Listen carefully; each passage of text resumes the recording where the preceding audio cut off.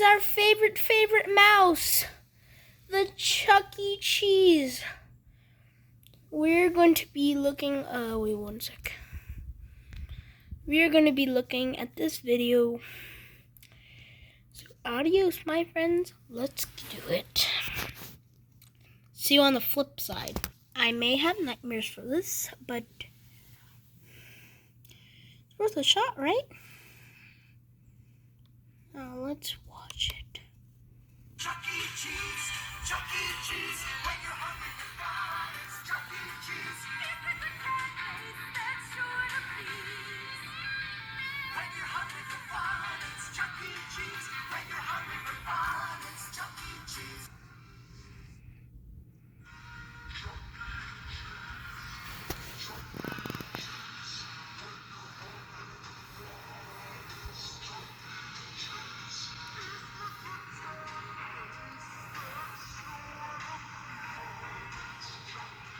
Oh my god.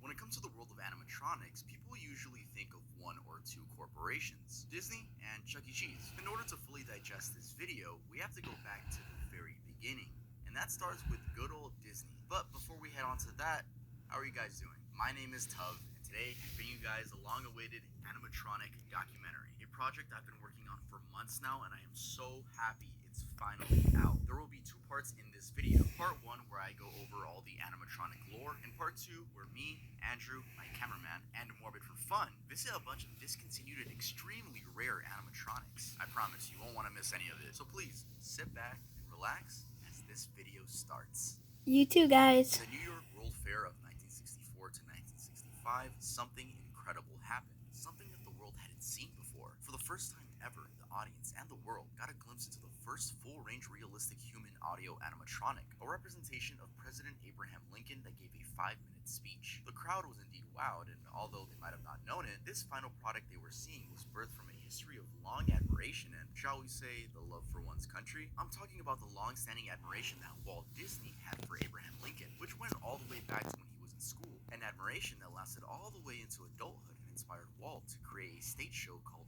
One Nation Under God. The show was meant to be about the presidency and the nation and would feature robotic animations of all presidents. Unfortunately, the technology to pull that off just wasn't there yet. However, when World's Fair President Robert Moses saw the concept during a 1962 trip to Disney, he insisted it be used in the fair, but Disney contested. The compromise, however, came as a remade version that only featured a robotic form of Abraham Lincoln. This is the exact animatronic that wowed the crowd at large. Also, please note that these weren't the actual first animatronics. Technically, that honor goes to Sparko, a robot dog from 1939. You can see the dog and its owner, Electro, in this rather rare footage.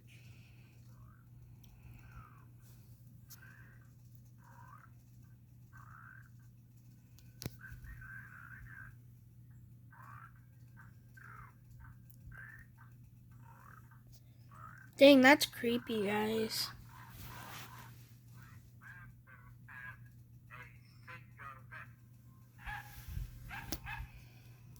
They appeared in the New York's World Fair in 1939.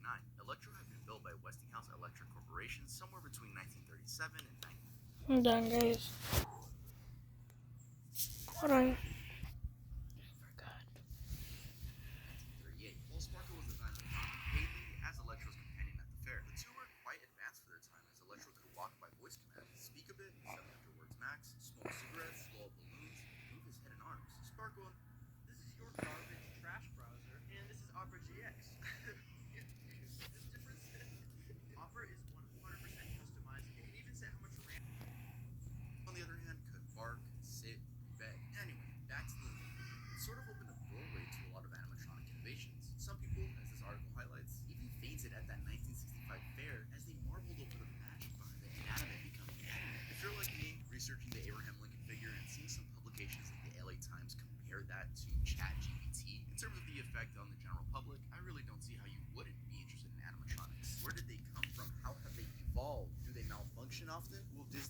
futuristic ones, all of that. But first, so we're on the same page, what is an animatronic? One interesting definition among the many that I've come across is that an animatronic is simply a combination of the words animation and electronic. However, since that doesn't offer as much in the way of an explanation, let's use this one from Easy Tech Junkie, where they say animatronics is a type of special effects which involves building mechanized creatures like dinosaurs, imaginary animals, and others. In short, it's a practice of bringing an inanimate object to life using a combination of mechatronics. I know Disney fans completely understand what I'm saying because Disney is one of those companies that has gone all out in the creation and use of their animatronics. In fact, they coined and copyrighted effects which involves building mechanized Hold on, guys. I want to pause so you can count all the characters that are on there.